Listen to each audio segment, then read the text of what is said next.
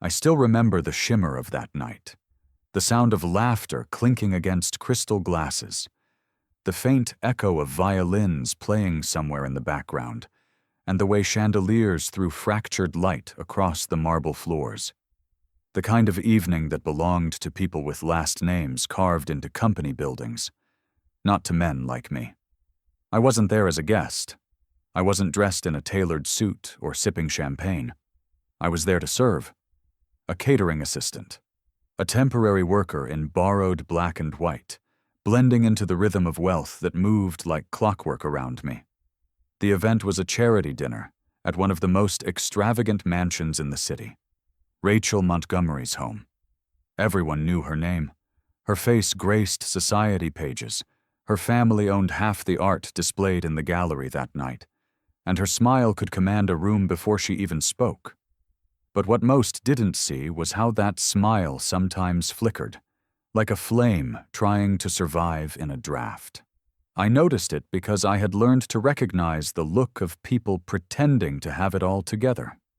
I moved silently through the crowd, balancing trays of hors d'oeuvres, overhearing conversations about stocks, fashion, and private jets. It was a world that seemed allergic to sincerity. Yet amid the noise, I couldn't stop glancing at Rachel. Not because she was beautiful, though she was, but because she carried herself with the kind of confidence that both fascinated and intimidated me. Her laughter was practiced. Yet when she caught me watching, there was a brief moment, just one heartbeat, where her eyes softened. Then she looked away, as if it hadn't happened. The dinner reached that hour when champagne dulled the edges of manners.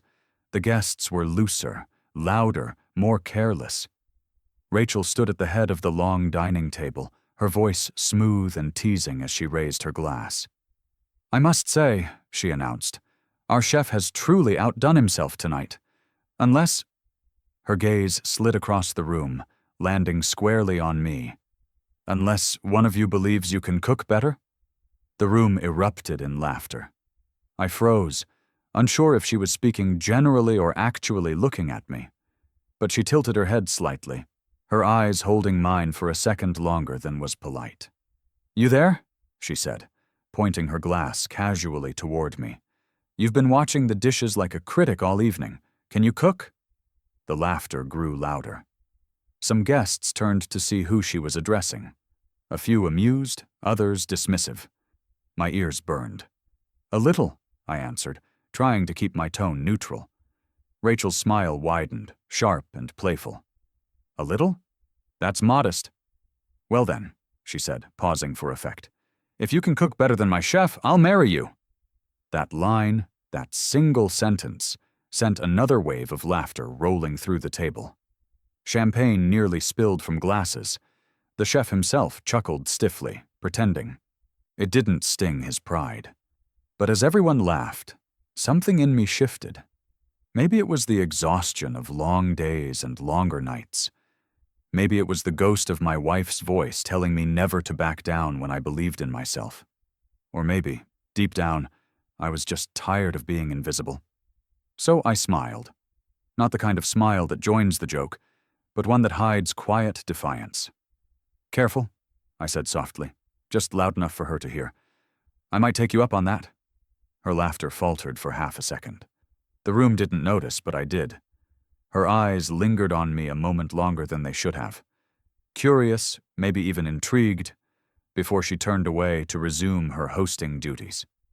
Yet in that fleeting instant, something passed between us.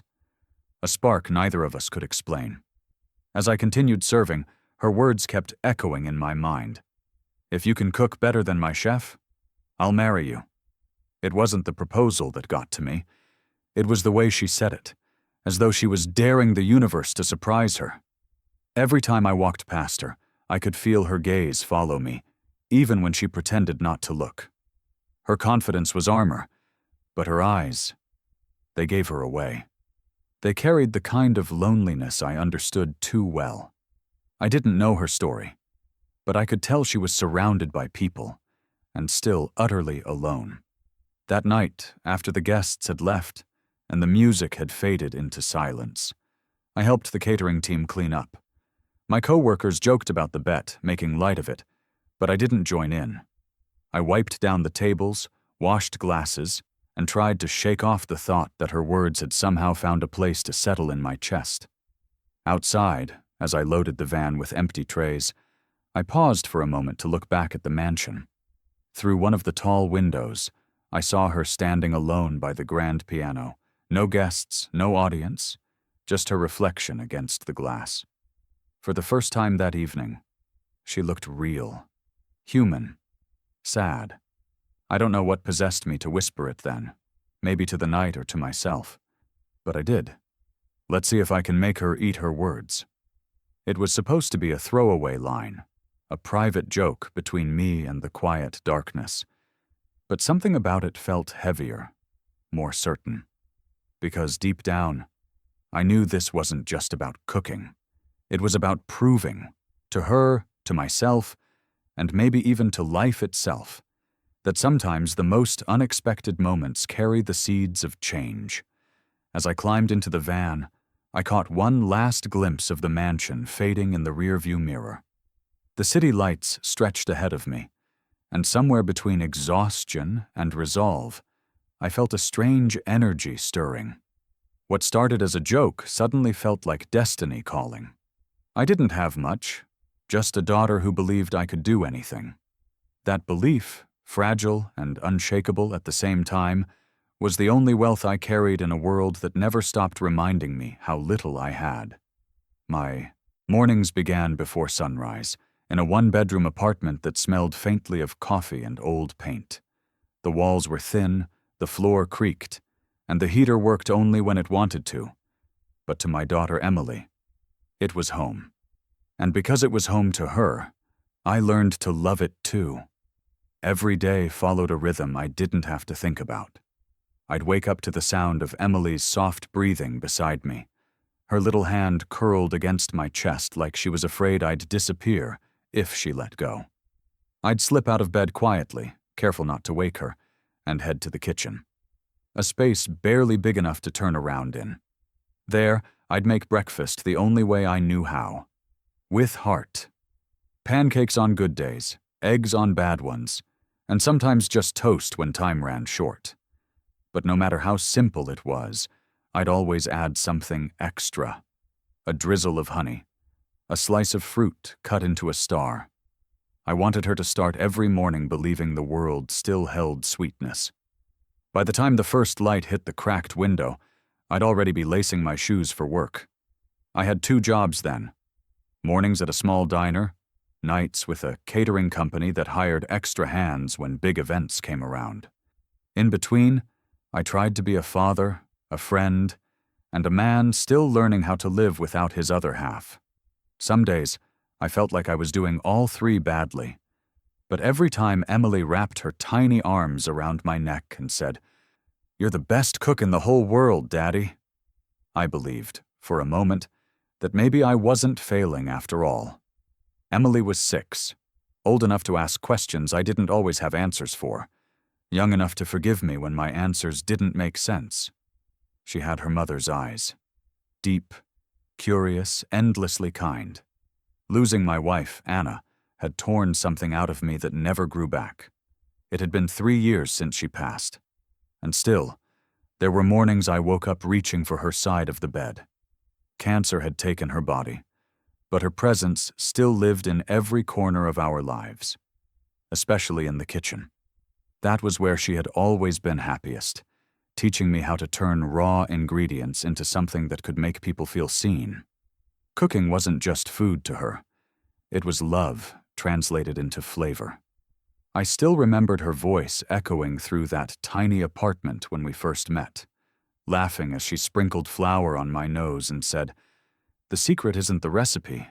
It's who you're cooking for." Those words became my compass long after she was gone. Whenever I cooked, I wasn't just feeding Emily or customers. I was keeping Anna alive in the only way I could. Every recipe was a conversation with her memory. Every aroma that filled the air was a quiet prayer. People often assume grief fades with time. It doesn't. It only learns to live beside you. Mine stayed, disguised behind laughter, buried beneath work, hidden in the quiet moments between exhaustion and sleep.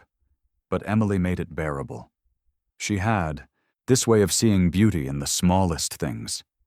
A paper flower, a rainbow drawn on the foggy window, the smell of cinnamon when I cooked her favorite oatmeal. She reminded me every single day that hope didn't need luxury to exist. Still, there were nights I'd stand by the window after she fell asleep, staring out at the city lights and wondering what kind of world I was building for her. The Montgomery mansion, the laughter of the rich, the taste of their wine. All of it felt galaxies away from our life. Yet, for reasons I couldn't explain, that night with Rachel Montgomery kept replaying in my head. The challenge, the smirk, the way her eyes lingered on me before she turned away. It wasn't attraction, not exactly. It was curiosity. She had thrown those words carelessly, but for me, they had taken root like a dare I couldn't forget. A week after that night, life went back to its usual chaos: dishes to wash, bills to stretch, shifts to juggle. The catering company's owner, Marco, called me one afternoon as I was leaving the diner. "Hey, you free this Friday?" he asked, his voice rough from years of cigarette smoke. "Same client as before. Big event, bigger pay. You in?" I hesitated, wiping my hands on my apron. "Who's the client?" He shuffled papers. "Some Montgomery woman. Rachel, I think." The moment he said her name, my breath caught. For a heartbeat, I forgot how to answer. It was as if fate had been waiting for me to pick up the phone. I could almost hear her laughter again, that teasing tone laced with arrogance and something else I hadn't noticed before. Loneliness. Marco's voice snapped me back. "So, you in or not?" I stared out at the street, at the long line of cars glinting under the afternoon sun, and felt the familiar mix of fear and hope twisting inside me. I'd been given 1,000 chances to survive, but never one to change my story. Maybe this was it. "Yeah," I said finally, trying to sound casual, though my pulse was hammering in my ears. "I'm in." As I walked home that evening, the city felt different, like something unseen had shifted. Emily ran to the door when I arrived, jumping into my arms, her laughter warm against my neck. "You smell like pancakes," she giggled. I smiled and kissed her forehead. "Maybe that's because I've got something cooking." I didn't tell her about the job, not yet. But as I tucked her into bed later that night and watched her drift off, I found myself whispering to the dark again, just like I had outside that mansion. When I saw her name on the client list, my heart skipped. This was my chance. Walking into her house again felt like stepping into another universe, one I didn't belong in. From the moment the front gate swung open and the long driveway stretched before me like a ribbon of polished stone, I could feel the weight of wealth pressing against the air. The mansion stood at the top of the hill, like something out of a movie. Tall white columns, glass walls that caught the morning sun, and gardens so perfectly sculpted they didn't look real. Every petal, every blade of grass, every piece of marble seemed to whisper the same thing: "You don't belong here." I parked the catering van near the service entrance, where the facade of luxury gave way to the unseen machinery that kept it running. Delivery trucks, staff entrances, the quiet scurry of workers who made perfection possible, but never got to touch it. I took a deep breath and straightened my jacket, reminding myself that I was here to work. Nothing more. Still, as I stepped inside, my pulse quickened. The smell of lilies and expensive perfume mingled with roasted herbs and simmering sauce, a strange mix of beauty and control. The kitchen was enormous, larger than the entire apartment Emily and I shared. Stainless steel surfaces gleamed under white light, and a team of uniformed staff moved with the precision of an orchestra. At the center of it all stood a man who looked like he'd stepped straight out of a culinary magazine. Tall, immaculately dressed in a crisp white chef's coat, his name embroidered across the chest: Chef Laurent. He didn't need to say a word to make his presence known. It radiated from the way everyone deferred to him, the way he moved with ownership. He turned as I entered, his expression slipping from disinterest to mild irritation. "You must be the temporary help," he said, his accent polished and faintly mocking. "Try not to touch anything you don't understand." I nodded, forcing a polite smile. "Got it." He looked me up and down, the way a man might inspect a tool before deciding it was useless. "This isn't some street kitchen," he added. "Precision matters here." "I'll keep that in mind," I replied evenly, setting my equipment on the counter. I'd dealt with men like him before, the kind who measured worth in titles and knife sets.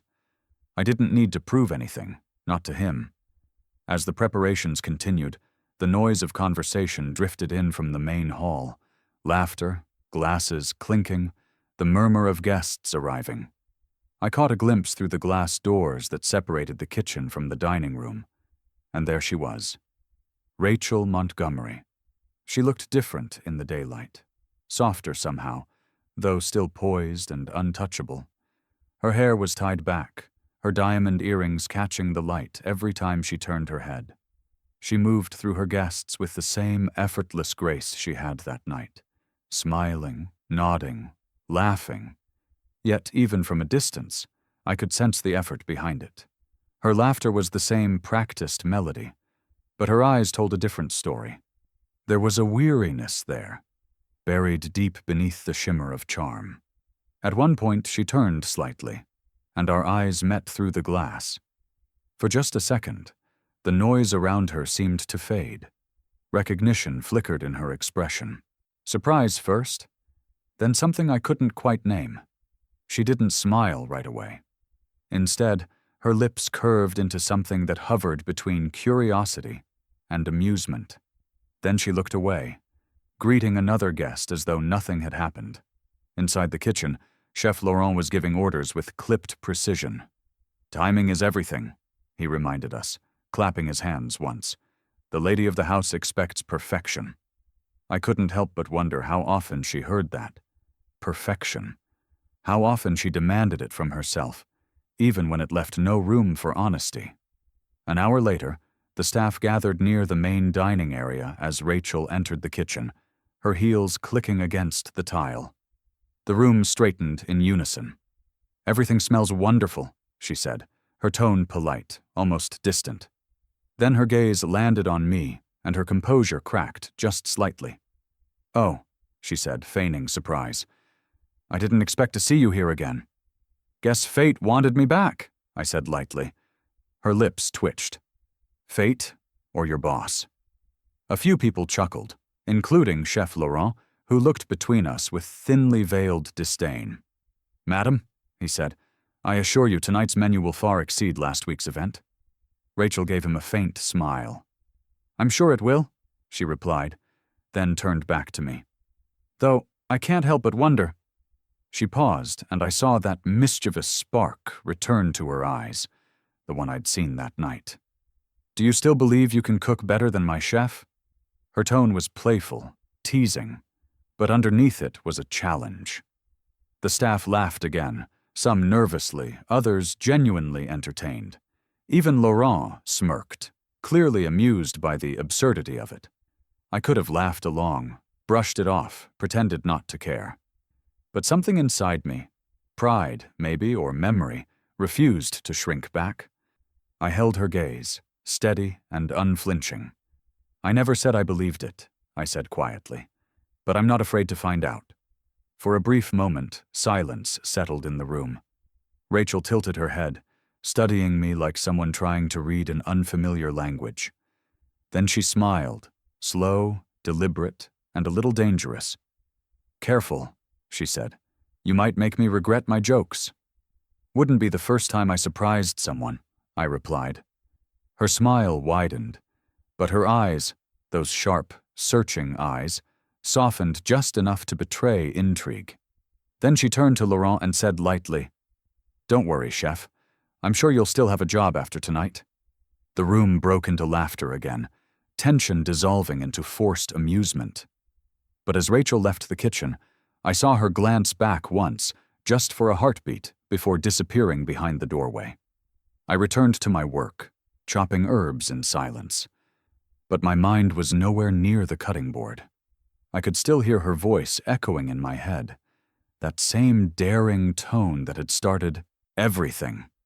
Maybe to her, it was still a harmless game, a line meant to entertain her guests.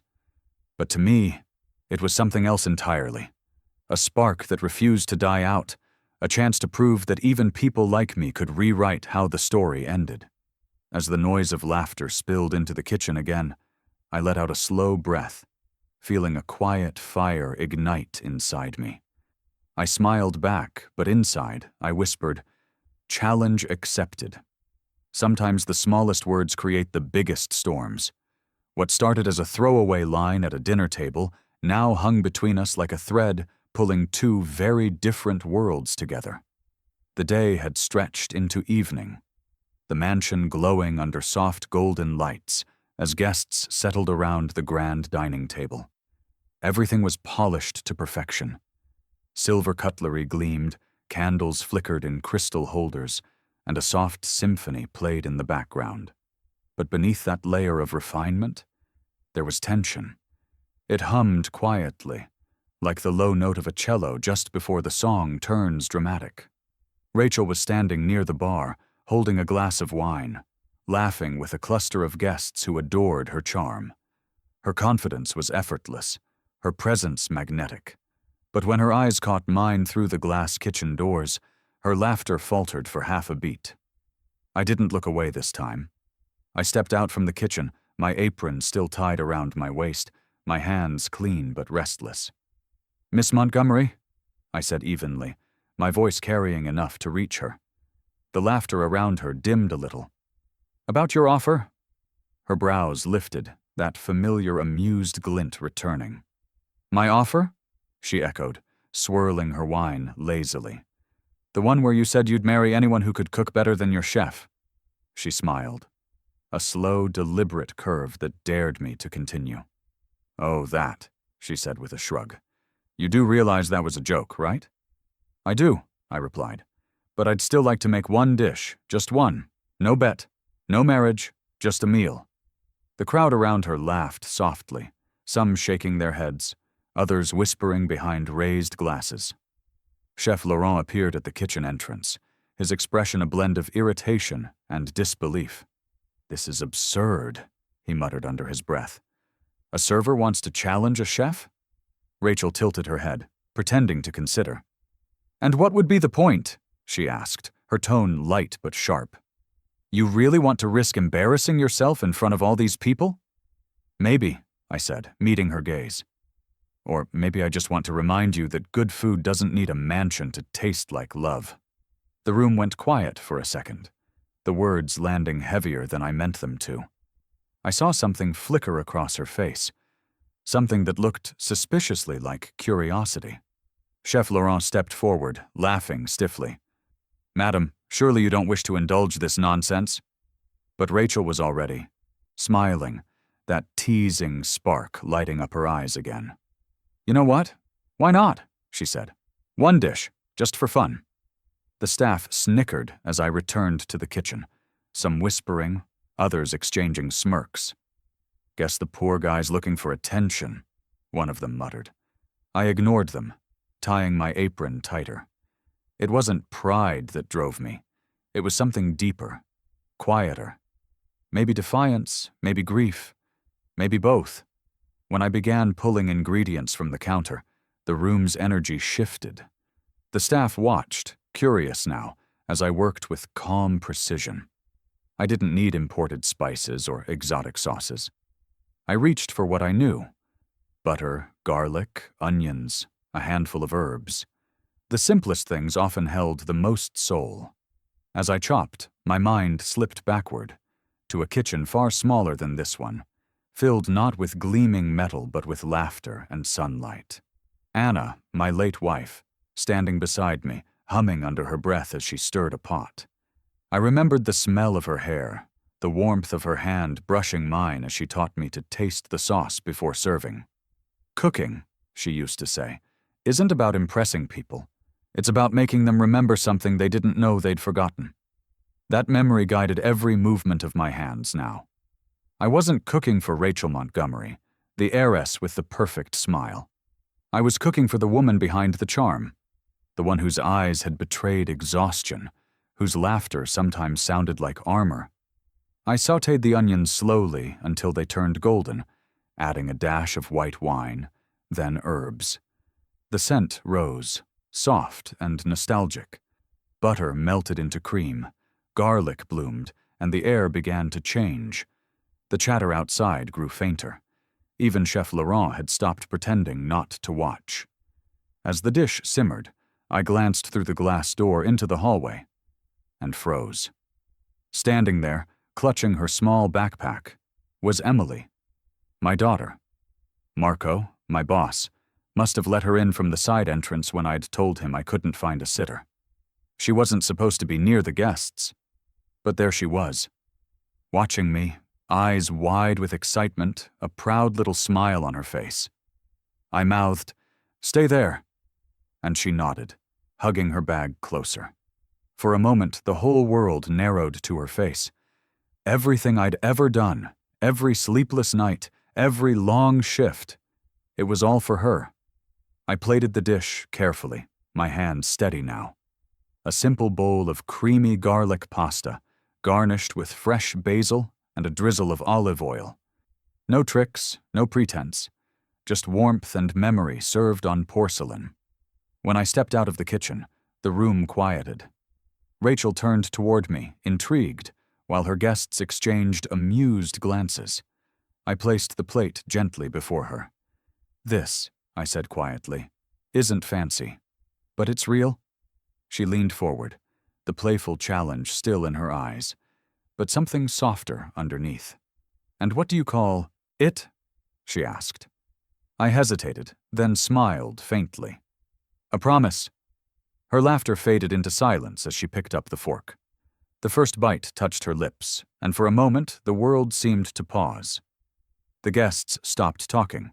Even the clinking of glasses halted.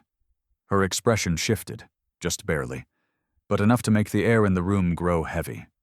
She chewed slowly, her eyes flicking to mine, searching for something she couldn't quite name. I didn't move. I didn't speak. And then it happened.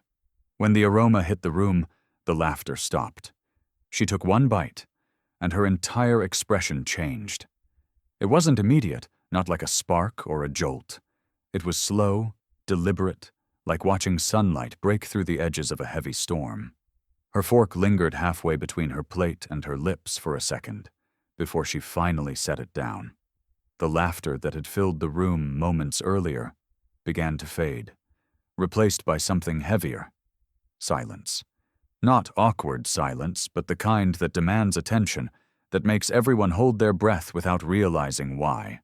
Rachel's gaze drifted downward, her eyes fixed on the dish as though it had just whispered a secret to her. Her carefully maintained composure, the one built on years of social grace, sharp wit, and inherited power, began to waver. For the first time that evening, her mask slipped. I stood still, my heart pounding so loudly that I was sure someone could hear it. The room, the lights, the people, they all blurred into the background. All I could see was her. The woman who had started this game with a smirk and a careless remark now looked like she was standing face to face with something she didn't know how to name. She took another bite, slower this time. Her movements lost their practiced precision. She wasn't performing anymore. Something had shifted inside her. Something old, maybe buried deep beneath the weight of privilege and perfection. And then I saw it. That flicker behind her eyes. The same kind of memory I had seen in my own reflection too many times before. The moment when a single taste drags you back to a place you thought you'd forgotten. Her lips parted slightly, her breath catching. The rich, creamy flavor of garlic and butter, the faint sweetness of basil, the warmth of slow-cooked onions. It wasn't just food. It was a story. She blinked hard, her jaw tightening like someone fighting back a sudden wave of emotion. The guests watched her with nervous amusement, unsure whether to laugh or stay silent. Even Chef Laurent, usually full of smug confidence, had gone completely still. He tried to maintain a professional calm, but his fingers gripped the edge of the counter a little too tightly. Rachel leaned back in her chair, her gaze unfocused for a second, lost somewhere far from this glittering dining room. I didn't know what she was seeing, but I could feel it through her. The ache, the nostalgia, the longing. Later, I would learn that she had grown up in a different house before this one. A smaller one, simpler, with a garden her mother used to tend. Her mother had been a teacher, not a socialite, and every Sunday she'd make something special. Not expensive, just full of care. A bowl of creamy pasta that smelled almost exactly like this one. It had been her favorite dish until her mother passed away when she was 15. And now, years later, that taste had returned. The echo of that memory was written across her face. It was in the way her eyes glistened, the way her breath caught before she exhaled. For just a heartbeat, she wasn't the powerful Rachel Montgomery, the untouchable woman with an army of staff and a name that opened doors. She was a daughter again, a child sitting at her mother's kitchen table, sunlight filtering through lace curtains, laughter filling the air, and a plate of love waiting before her. That's what food does when it's made with heart. It doesn't just feed the body, it resurrects ghosts. She blinked quickly, trying to shake it off, but the damage, or maybe the healing, was already done. Her voice came out softer than before when she finally spoke. "This," she started, then stopped, her throat tightening. "It's different." Chef Laurent stepped forward, his tone sharp and defensive. "Madam, if there's an issue with the flavor, I can—" She lifted her hand, silencing him without even looking his way. Her eyes were still on me. "It's not an issue," she said quietly. "It's—" She trailed off again, unable to finish the sentence. Around us, the guests exchanged confused glances. Some whispered, others just stared. The tension was palpable, but I didn't move. I didn't speak. I wanted her to feel whatever it was she needed to feel. She picked up the fork again, taking another small bite. Her fingers trembled slightly. The corner of her lip twitched, not in mockery this time, but in something closer to disbelief. I could see the wall she'd built for herself beginning to crack, brick by brick, bite by bite. In that moment, I realized that this wasn't about winning or losing. This wasn't about pride or power or the invisible line that divided people like her from people like me. This was about connection, about how something as simple as a flavor could remind a person that they were still human beneath all their armor. I could see the struggle play out in her expression, the fight between the woman she'd learned to be and the girl she used to be. And as much as she tried to mask it, she couldn't. The vulnerability was there, flickering like a candle flame in her eyes. Chef Laurent looked as though he wanted to protest, to reclaim control of the room, but even he knew better than to interrupt. His authority had been silenced by something stronger than skill, a kind of truth he couldn't replicate. Rachel set her fork down, drawing in a deep, unsteady breath. "It's familiar," she said finally. Her voice trembled, but her words carried a weight that silenced the room all over again. "I haven't tasted something like this in years." She looked at me then, not as a server, not as a stranger, but as someone who had just reached across an invisible line and touched a part of her heart no one else had dared to. The silence stretched between us, thick with meaning neither of us knew how to explain. I wanted to tell her what that dish meant to me, that it was a tribute to the woman I'd loved and lost. But I stayed quiet. Some truths didn't need words. They spoke through taste, through the way two souls recognized each other without saying a thing. Then, as the room slowly exhaled, she leaned forward, her voice barely above a whisper. "Who taught you to cook like this?" And just like that, the air around us shifted again, heavier, deeper, and impossibly fragile. "My wife," I said softly. "She taught me everything before she died." The words left my mouth like a confession, and for a heartbeat, the world seemed to stop breathing. The gentle hum of conversation that had been floating through the dining room moments earlier vanished. Forks paused mid-air. Glasses stopped clinking. Even the flickering light from the candles appeared to hold still, as if unwilling to intrude. Rachel's expression froze. The playfulness that usually danced behind her eyes faded, replaced by something else. Something human. She looked at me as though I'd spoken a language she understood, but hadn't heard in years. I hadn't planned to say it. The truth had slipped out before I could stop it, raw and unfiltered. I could have made up a story, something neutral, professional, but I was tired of pretending, tired of being invisible, tired of hiding behind polite smiles and silence. So I told her the truth, and the truth did what it always does when it's real. It changed everything. Rachel's fingers tightened around her wine glass, her knuckles turning white. She started, but her voice faltered. "I didn't know." "You weren't supposed to," I said quietly. "It's not something I talk about." The guests looked at each other, unsure of what to do. The laughter and teasing had evaporated, leaving behind an awkward, uneasy stillness. Even Chef Laurent, who had been simmering with irritation moments ago, seemed unsure of his next move. The confidence in his posture had wilted into discomfort. I could feel the weight of all their eyes on me, but I didn't care. I wasn't ashamed of the truth. My wife, Anna, had been the heart behind every dish I'd ever made. She was the reason I learned to love cooking, the reason food meant more than survival. And speaking her name in this house, among people who had never known hunger or heartbreak, felt like reclaiming a piece of myself. Rachel set her glass down and leaned back slightly. Her gaze wasn't sharp anymore. It was soft, searching, almost fragile. "I'm sorry," she said after a long pause.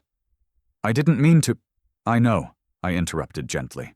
"You were just having fun." Her lips parted, but she didn't finish the sentence. The confidence she wore like armor had cracked.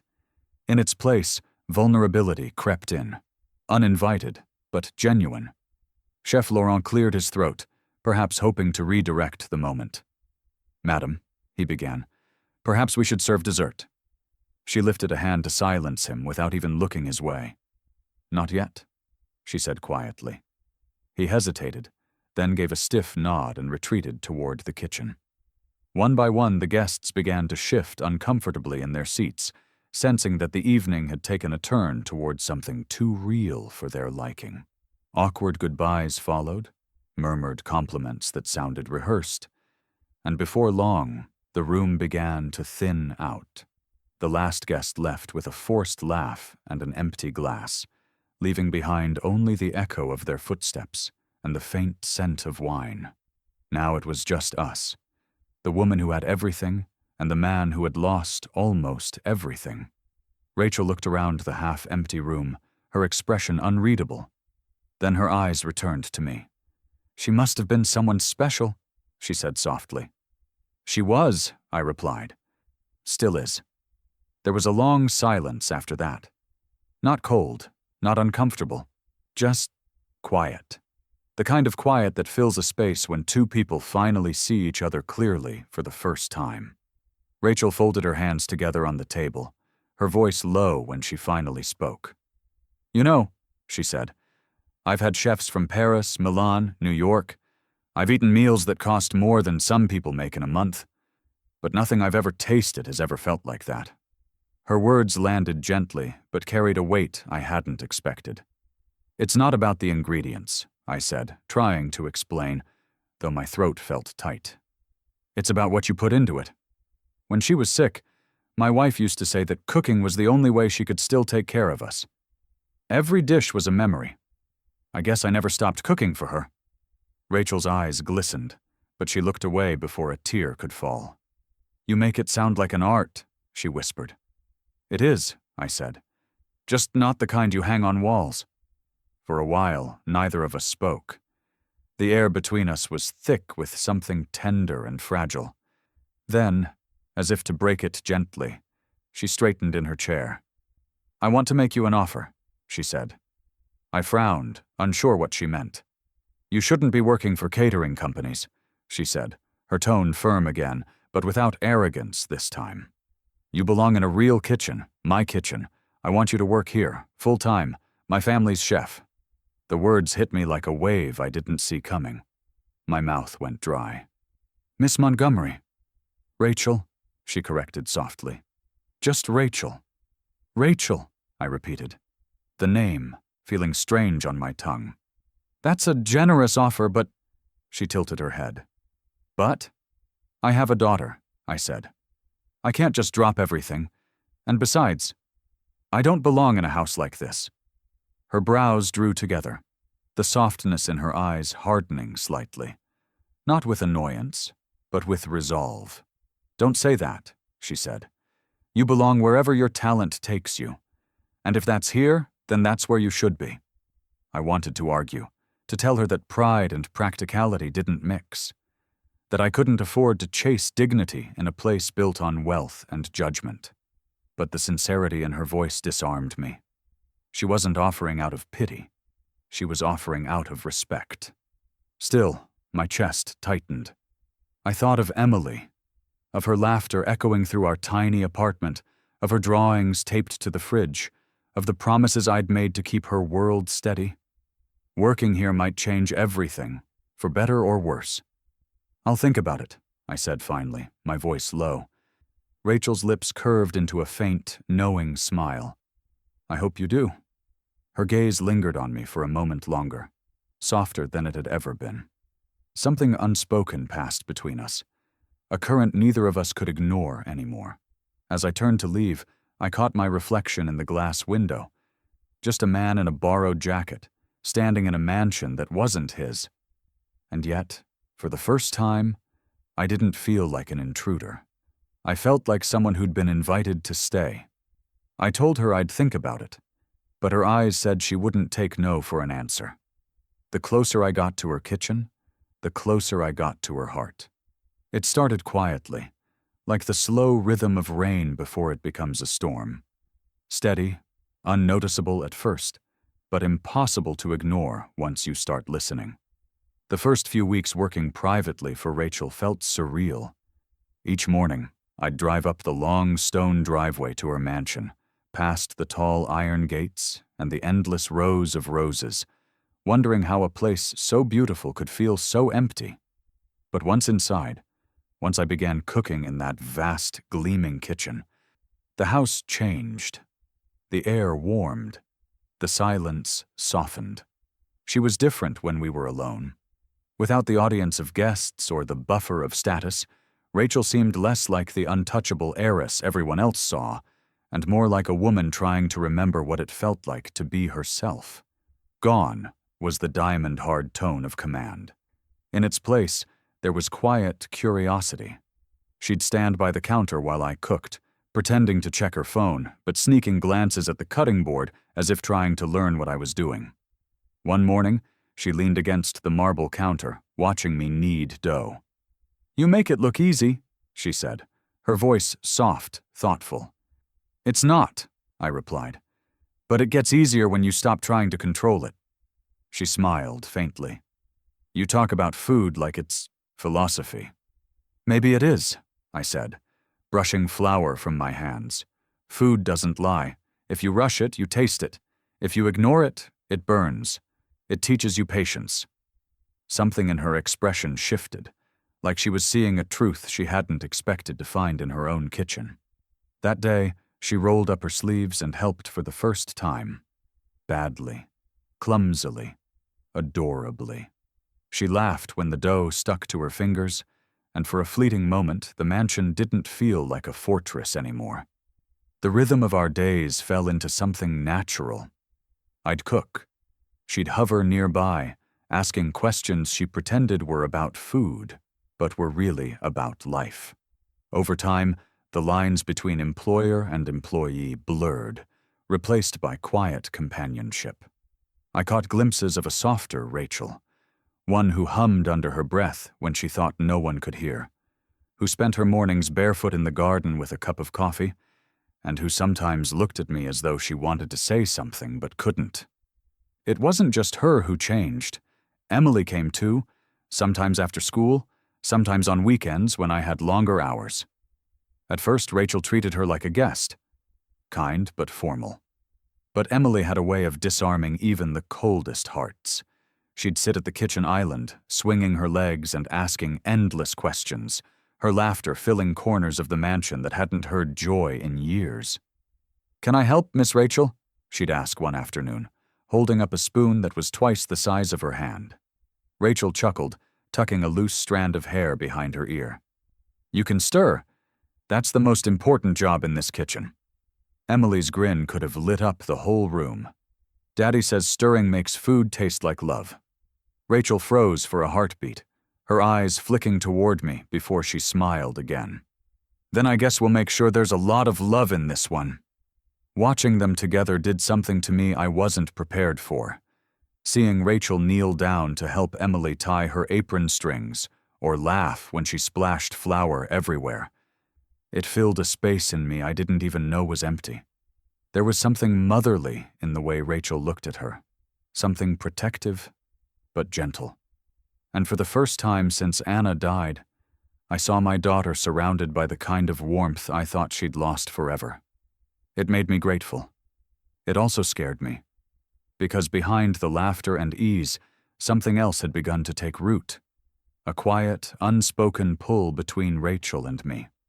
It was subtle at first, a shared glance held too long, a moment of silence that said more than words could. The brush of her hand against mine when we passed each other in the kitchen. None of it was intentional. All of it was real. One afternoon, while preparing lunch, she told me about her family. "My father was brilliant," she said, slicing vegetables with slow precision, and completely absent. "My mother loved money more than people. They taught me to value control over connection. I thought that's what success was." "And now?" I asked. She looked up at me, her eyes meeting mine across the counter. "Now I'm not so sure." Her honesty startled me. I could hear the weariness in her voice, the kind that comes from living too long behind a mask. It wasn't pity I felt. It was recognition. We were both survivors, shaped by loss in different ways but bound by the same quiet longing to belong somewhere.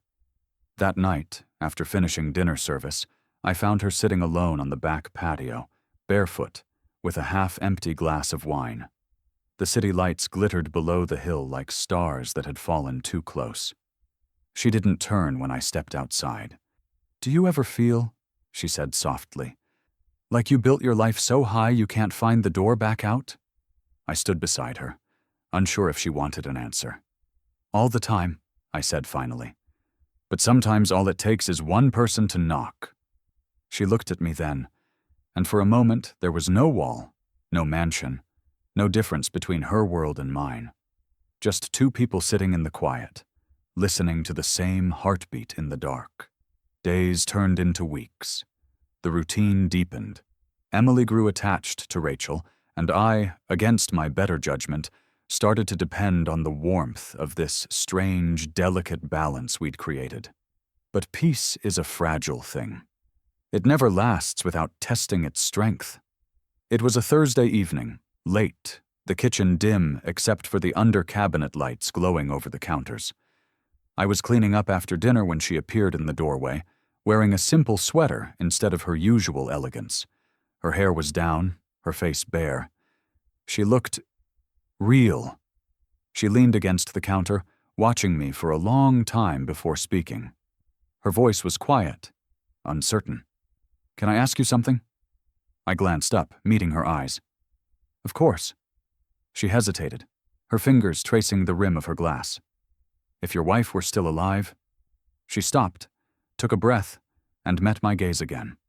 "Do you think you'd still have room in your heart for someone else?" I froze, the dishcloth slipping from my hand, falling soundlessly to the floor.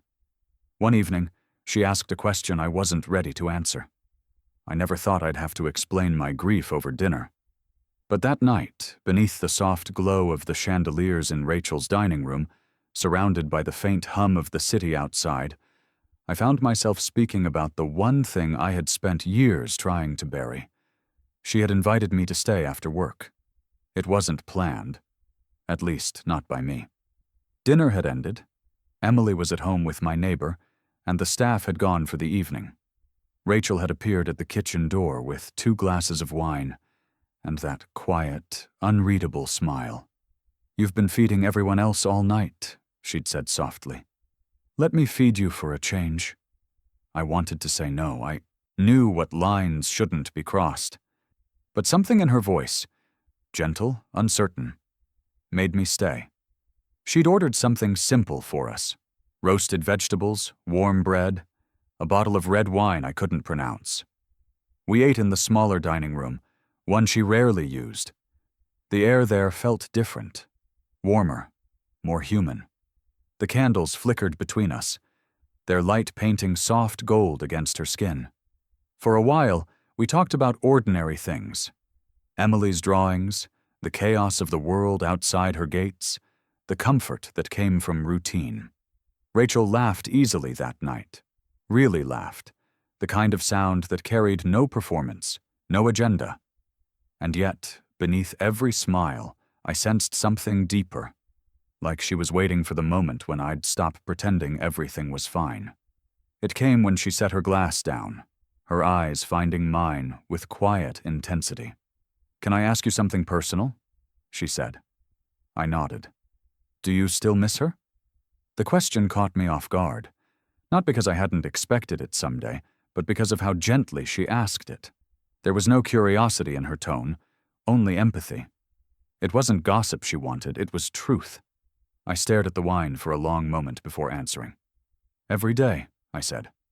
My voice cracked slightly, betraying the calm I tried to hold. "It's quieter now, but it never goes away."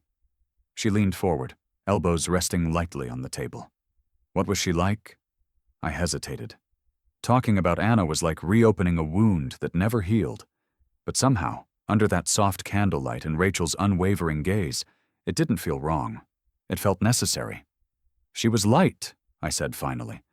Not in the way people use the word when they talk about smiles or kindness, but real light, the kind that made everything else seem bearable. She loved small things: fresh bread, rainy mornings, our daughter's laughter. When she got sick, she told me not to stop living. But I did, for a long time. Rachel listened without interrupting, her expression still and sincere.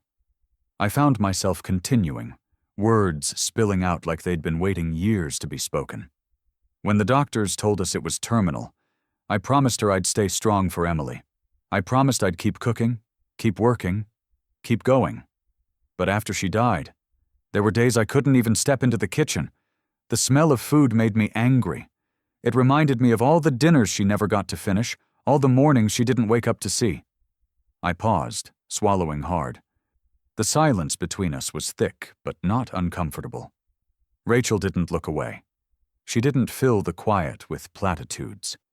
She just listened, her eyes shining with something that looked like understanding. "She made me promise to show Emily that life could still be beautiful," I said, voice low. "And I try. God, I try. But some nights, when Emily's asleep and the world goes still, I still reach for her. I still miss her." Rachel's eyes softened. "You loved her deeply." "I still do," I said. "Love doesn't die with people. It just changes shape." She looked down at her plate, her hands tracing the rim absent-mindedly. "I envy that," she whispered. "Envy what?" "The kind of love that leaves an echo," she said. "Most people in my world don't get that. We marry for names, money, convenience, anything but love. I can't remember the last time I saw someone look at another person the way you talk about her." I didn't know what to say. There was pain in her voice, the kind that comes from living among too much luxury and too little truth. For a while, neither of us spoke. The world outside the mansion seemed to disappear. The ticking of the antique clock, the soft hiss of the candles, the scent of rosemary and wine. It all folded into the stillness that wrapped around us. Then, quietly, Rachel said, "You know what I've realized since you started working here?" "What?" She smiled faintly, her eyes glistening. "That my house was full of everything except warmth. You brought it back." Her words hung between us, fragile and dangerous. I wanted to thank her, to downplay it, to push the moment away before it grew into something it shouldn't. But I couldn't, because deep down I knew she was right. Something had changed between us. What started as respect had grown into connection, and connection had become something far more dangerous, something neither of us had meant to invite but couldn't ignore anymore. She reached across the table, hesitating before placing her hand over mine. It was a small gesture, almost tentative, but it sent a current through me that made it hard to breathe. Her touch was warm, grounding, real. "I wish I'd known her," she whispered. I looked at her, her eyes luminous in the candlelight. "In a way," I said quietly, "you do. Every time I cook for you, every time I make something that means something, that's her." Her breath caught, and for a long moment we just sat there, our hands still touching. The air between us felt charged, like the seconds before a storm breaks. I could feel the walls I'd built since Anna's death begin to tremble. And I saw the same thing happening in her, the woman who'd spent her whole life hiding behind money and power now sitting across from me, stripped of both, just human. When she finally pulled her hand away, it wasn't out of discomfort. It was out of fear of what was becoming inevitable. She stood, her voice unsteady. "Thank you," she said softly, "for trusting me with that." I nodded, unable to find the right words. Later, as I left the mansion and stepped into the cool night air, I looked up at the stars and felt something stir in me that I hadn't felt in years. Hope, guilt, longing, maybe all three tangled together. That night, I realized I was falling too, and it terrified me. Sometimes, a meal can say everything words can't. Rachel's birthday fell on a Sunday, and I remember thinking how poetic that was. A day usually reserved for family, quiet moments and second chances. She had called me a week before, her voice softer than usual, almost hesitant. "I don't want a big celebration this year," she'd said. "No press, no guests, no noise. Just something small, something real. Would you cook for me?" There was something in her tone that told me this wasn't just about dinner. It was about meaning, about trust, about the invisible thread that had been weaving itself between us for weeks. I said yes before I could think too much about it. When I told Emily, her face lit up with excitement. "Can I come, Daddy?" "Please?" she asked, her eyes wide with hope. Part of me hesitated. The mansion was not our world, and Rachel's was a life Emily didn't belong to. But another part of me, the one that had watched the bond between them grow in quiet, unexpected ways, knew I couldn't deny her. "All right," I said finally, "but only if you promise to be on your best behavior." She grinned. "I'll even help you cook." The day of the dinner, the sky was washed in pink and gold as we drove up the hill toward Rachel's home. Emily hummed softly in the back seat, her small hands clutching a bouquet of wildflowers she'd picked herself. I couldn't help but smile. She had no idea how much light she carried into every room she entered. When Rachel opened the door, her expression softened at the sight of Emily. "Well, look at you," she said warmly, kneeling to accept the flowers. "These are beautiful." "They're for your birthday," Emily said shyly. "Daddy says you like real things better than fancy ones." Rachel's laughter was soft, genuine. "He's right," she said, glancing up at me. "He usually is." We spent the afternoon in the kitchen together. Rachel perched on the counter, Emily helping me mix ingredients, flour dusting the air like snow. The sunlight poured through the tall windows, painting everything in a golden haze. There was laughter, teasing, even moments of silence that didn't feel heavy. It felt natural, like something we were all meant to be part of. I caught Rachel watching us more than once, her expression distant but tender. She wasn't the sharp, confident woman who commanded rooms. She was softer now, human, almost fragile in the best way.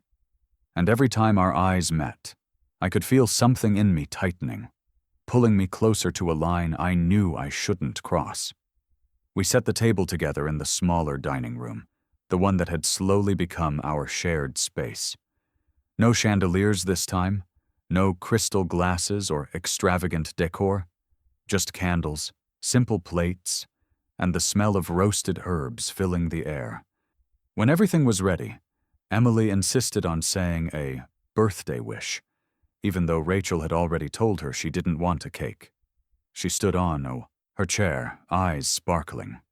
"I wish," she said proudly, "that Miss Rachel always smiles like she does when Daddy cooks." The room fell quiet. Rachel blinked fast, her smile trembling at the edges. "That's a very sweet wish, Emily," she whispered, her voice catching. "Thank you." Dinner was slow, unhurried. Rachel didn't ask for conversation, and I didn't force any. We simply existed in the moment, every bite carrying a strange kind of peace I hadn't known in years.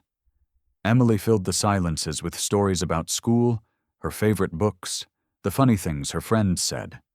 Rachel listened as though each word mattered. It was the kind of night that made you forget there was ever a world outside those walls. After Emily fell asleep on the couch, curled up with a blanket and a half-finished cookie, I began clearing the dishes.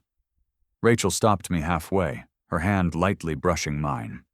"Leave them," she said softly. "Just sit with me." We sat in the quiet glow of candlelight, the kind that made shadows dance gently against the walls. For a while she didn't speak. Then she reached into a small box on the table and slid it toward me. "I wanted to give you something," she said. I frowned, hesitant. "Rachel, you didn't need to. Just open it." Inside was a small, leather-bound notebook. My breath caught the moment I recognized the handwriting on the first page. It wasn't mine. It was hers. Rachel's. But the words she had written weren't her own. They were Anna's. It was my late wife's old recipe for honey butter rolls, the one she used to make every Sunday morning. The same one that had been lost when we moved after she died. I traced my fingers over the ink, my throat tightening. "I found the recipe in the notes you mentioned once," Rachel said quietly. "I asked your daughter what her favorite food was. She told me about the rolls. So I thought, maybe—" She hesitated. "Maybe you'd like to have it again." I looked up at her, my chest aching with something too heavy to name. Gratitude, sorrow, maybe love. She had taken something from my past and given it back to me with her own hands. It wasn't just a gift. It was an act of understanding. "Rachel," I whispered, my voice barely steady. "I don't know what to say." "You don't have to say anything," she replied softly. "Just promise me you'll make them again. Not for her, for you." I tried to smile, but the weight of emotion in my chest made it difficult. "Thank you," I managed, my voice breaking. "You have no idea what this means." She reached out, brushing her fingers lightly against mine. "I think I do," she said. The air between us changed. Warmer, closer. Her eyes met mine, and for a long moment neither of us looked away. It wasn't a confession. It wasn't a mistake. It was something deeper, quieter, more sacred than that. A silent acknowledgement of what was growing between us. I was about to speak, to thank her properly, when the sound of a car engine outside broke the silence. Rachel's expression shifted instantly. She stood up, her face draining of color. "What is it?" I asked. Her gaze flicked toward the front hallway just as the door swung open. A tall man stepped inside, his voice cutting through the stillness like a blade. "I thought I'd come early," he said casually. His eyes landed on me, then on Rachel, then on Emily, asleep on the couch. His jaw tightened. Before I could thank her, the front door opened, and her ex-fiancé walked in. One photo, one rumor, and everything we built came crashing down. It started with a camera flash, just one, quick and almost unnoticeable at first. We didn't even see it that night. There had been too much tension in the air after her ex-fiancé's unexpected arrival. Rachel had handled it with grace on the surface, introducing me as a friend, even though the air around us pulsed with something neither of us dared to name. He had left soon after, his expression a mask of disbelief and anger, and we both assumed that would be the end of it. We were wrong. The next morning, the story was everywhere. The photo, the one that would unravel everything, was splashed across every gossip site, every social media feed, every morning show headline. It wasn't even scandalous, not in the traditional sense. It was just a moment. Rachel standing beside me on her front porch, Emily asleep in my arms, and the faint glow of candlelight spilling from inside the house. But the caption twisted it into something else entirely. Charity chef or secret lover? Rachel Montgomery's mystery man exposed. By noon, her PR team had called 3 times. By evening, there were cars parked outside her gate, cameras flashing, voices shouting questions about our relationship. They painted her as a woman losing control, a millionaire heiress romantically entangled with a widowed caterer. To them, it was entertainment. To us, it was destruction. When I arrived at the mansion that morning, reporters swarmed the entrance like vultures circling over a feast. "Mr. Carter, are you the man in the photos? Is it true you're living with her? How long have you been involved?" I didn't answer. I couldn't. I just kept my head down and pushed through, feeling their words like stones being thrown at my back. Inside, the atmosphere was nothing like the warmth I'd grown used to. The staff avoided eye contact. The laughter that once filled the halls was gone. Rachel's world, so carefully built, so obsessively managed, was crumbling beneath the weight of a single image. When I found her in the sitting room, she was standing by the window, arms crossed tightly, staring at the reporters outside. Her phone buzzed non-stop on the table beside her, but she ignored it. "They won't stop," she said quietly, not turning to face me. "My mother called this morning. So did the board. They want me to issue a statement denying everything." I stepped closer, careful with my words. "And will you?" She laughed, bitterly, softly. "If I deny it, they'll think I'm lying. If I admit anything, they'll say I've lost my mind." She turned then, her eyes tired but defiant. "Tell me, what's the right way to survive a lie that everyone wants to believe?" I had no answer.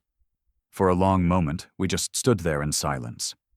Then, she exhaled shakily, brushing a hand through her hair. "I don't care what they say about me," she said. "But Emily, your daughter doesn't deserve to be dragged into this, and you—" Her voice broke slightly. "You didn't ask for this kind of attention." "I can handle it," I said quietly, even though the thought of Emily seeing those headlines made my stomach twist. "This isn't your fault."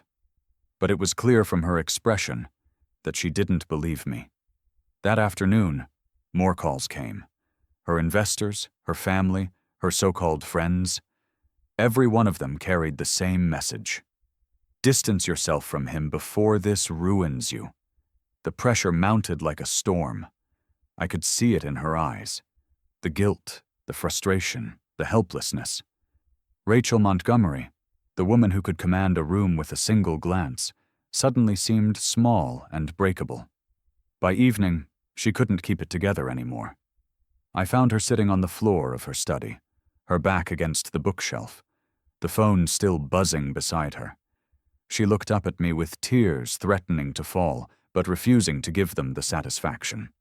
"They're threatening to pull funding from the foundation," she whispered. "Everything my father built, everything I've tried to keep running, it's all slipping away." I knelt beside her. "We'll figure this out," I said.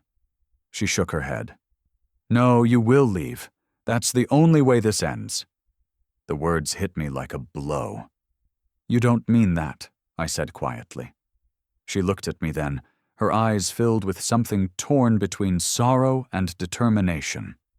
"I have to protect what's left of my life, and you have to protect your daughter. This," she gestured weakly between us, "was never meant to survive the world outside these walls."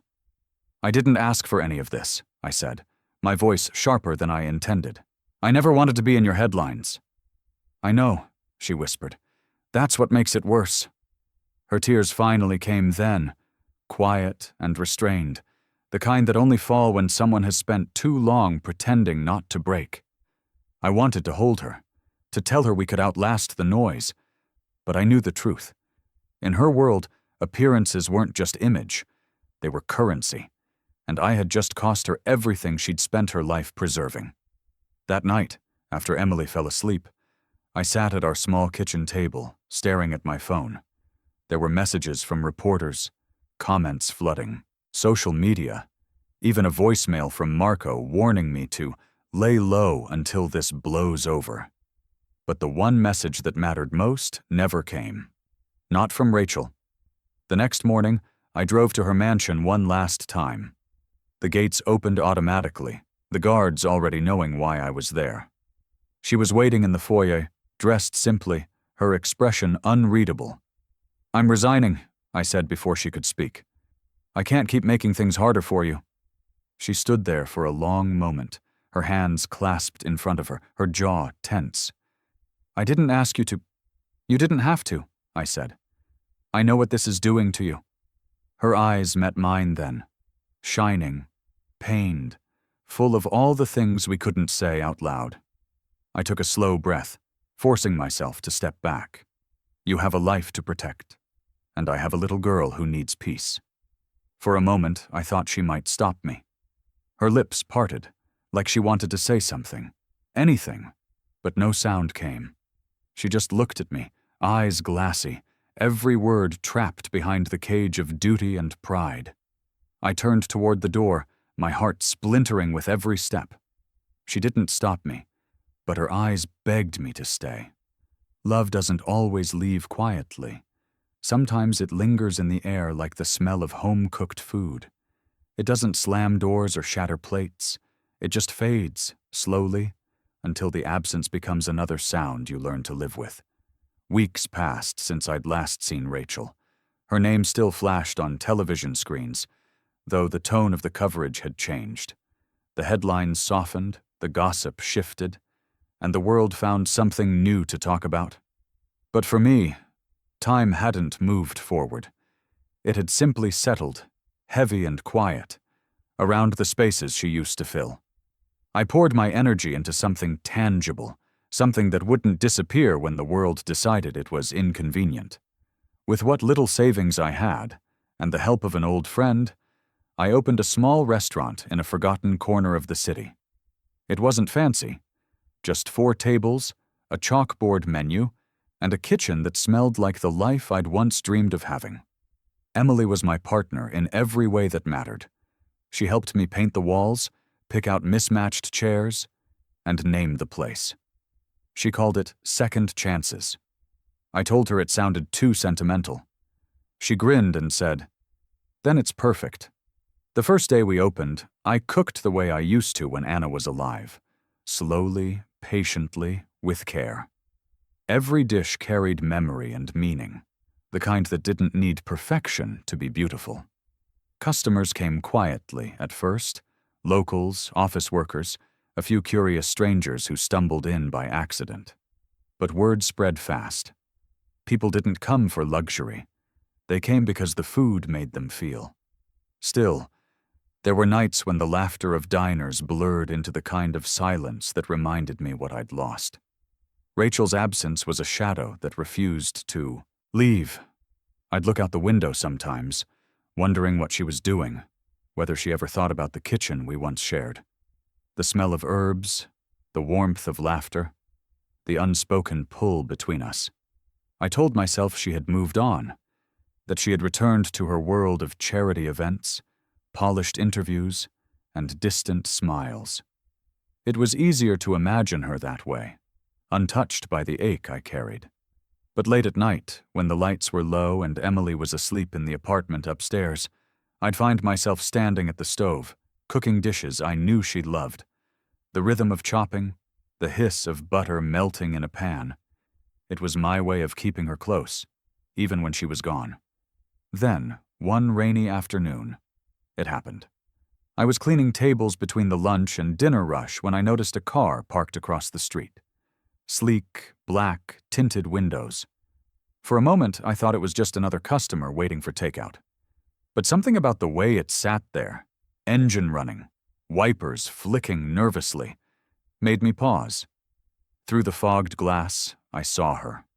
Rachel. She didn't come inside. She just sat there, looking at the sign, watching the doorway like someone revisiting a dream they weren't brave enough to wake. For a heartbeat, I thought about running out, about asking her why now. Why come at all if she wasn't going to stay? But I didn't. I stayed where I was, frozen between longing and reason. She lingered for a few minutes, maybe more. Then, just as quietly as she'd come, the car pulled away. I watched it disappear down the street until the red of the taillights was swallowed by the rain. That night, when Emily asked why I was so quiet during dinner, I smiled and said I was just tired. But deep down, I knew it wasn't exhaustion. It was the ache of realizing that sometimes love doesn't come back to stay. It just comes back to see if you're okay. The days rolled on. Seasons began to change.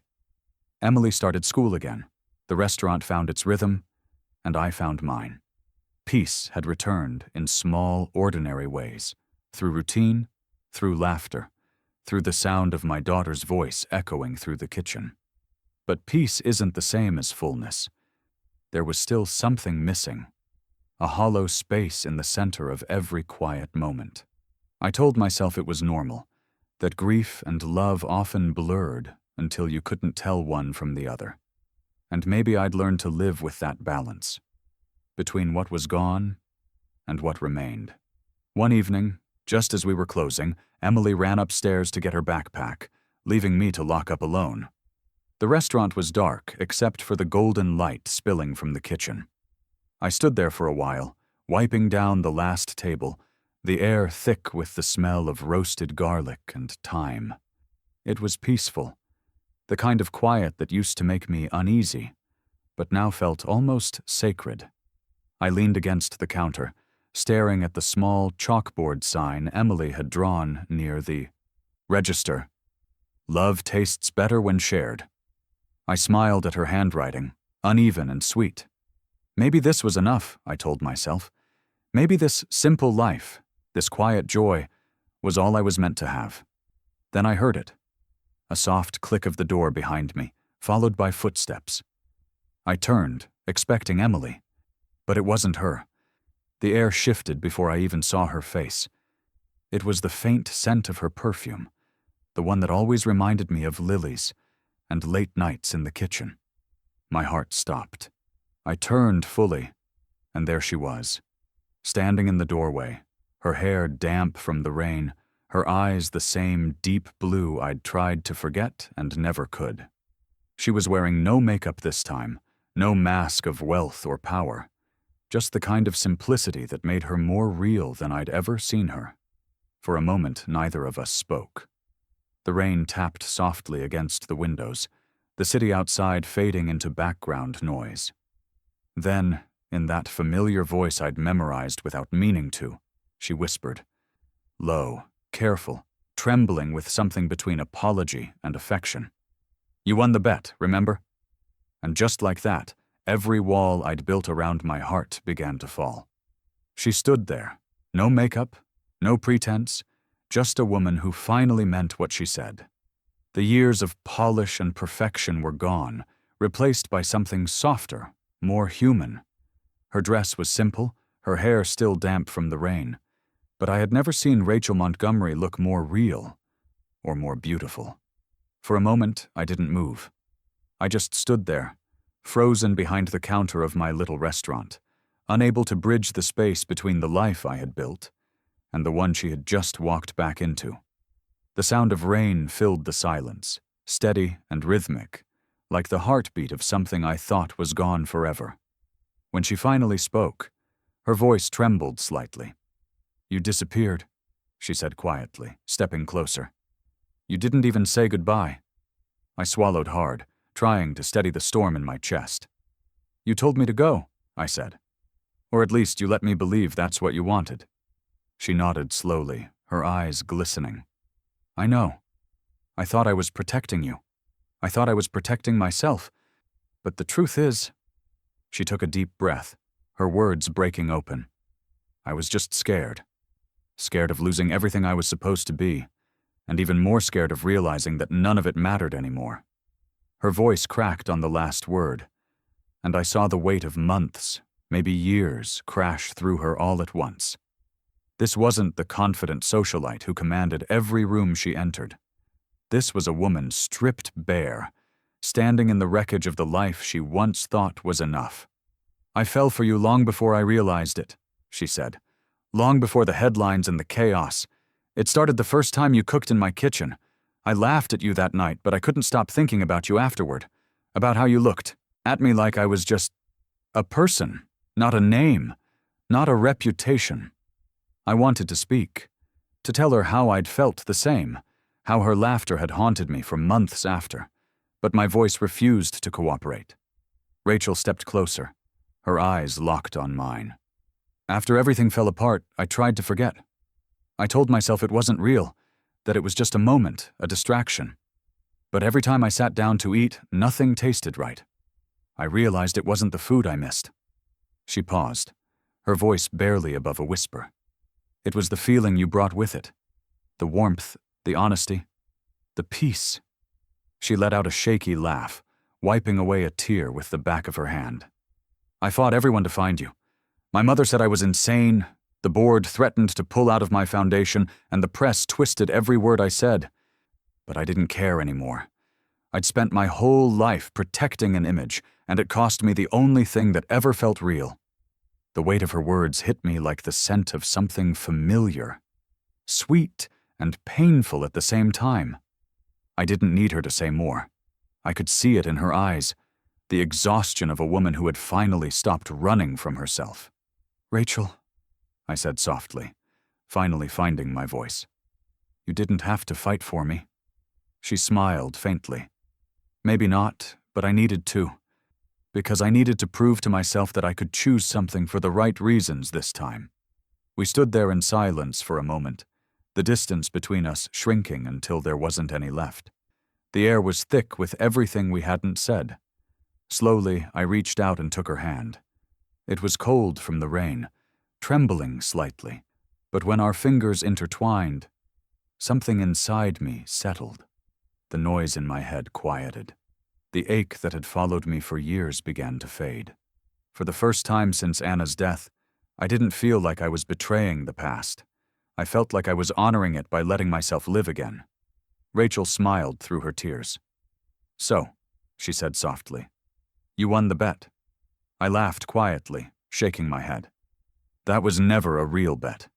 Her gaze deepened, that familiar spark of humor flickering behind the tears. "It is now." Before I could respond, a small voice broke through the quiet. "Miss Rachel?" Emily stood at the top of the stairs, rubbing her sleepy eyes, her hair tousled from her nap. She blinked at Rachel, then smiled the way only a child can, openly, without hesitation. "You came back." Rachel's breath hitched. "I did." Emily ran into her arms before either of us could react. Rachel knelt down, wrapping her tightly in an embrace that spoke volumes. It wasn't just affection. It was belonging. It was the missing piece sliding perfectly into place. I watched them, my heart full in a way words couldn't describe. When Emily pulled back, she looked between us with innocent curiosity. "Does this mean we can all have dinner together?" "Again?" Rachel laughed through her tears, glancing at me as she wiped her cheeks. "I'd like that very much."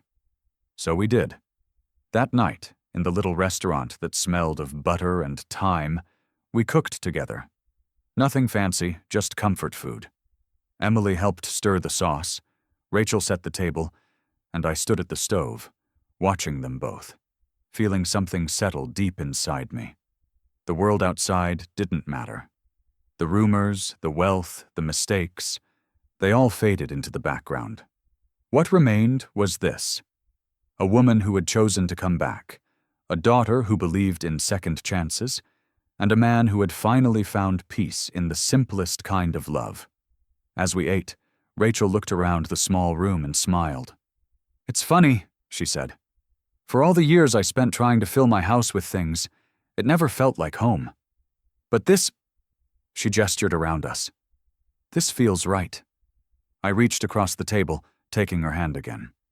"Maybe home isn't a place," I said quietly. "Maybe it's a person." She squeezed my fingers, her eyes shining. "Then keep your promise," she whispered. "I intend to," I said, my voice soft, certain. Outside, the rain had stopped. The world was still, the night calm, the scent of food lingering like memory. I looked at Rachel, at Emily, at the life unfolding in front of me, and realized that every pain, every loss, every wrong turn had led me here. To this table, to this moment, to them. And as Rachel leaned her head against my shoulder, I thought about the night it all began. The challenge, the laughter, the joke that wasn't really a joke at all. I never wanted to win the bet. I just wanted her to taste what love felt like again. If this story touched your heart, don't just scroll away. Hit that like button and tell me which moment stayed with you the most. Make sure to subscribe so you never miss another story that reminds you what love, loss, and second chances truly mean. Share this video with someone who still believes that fate has its own recipes for bringing people together. And remember, sometimes the simplest stories are the ones that change us forever.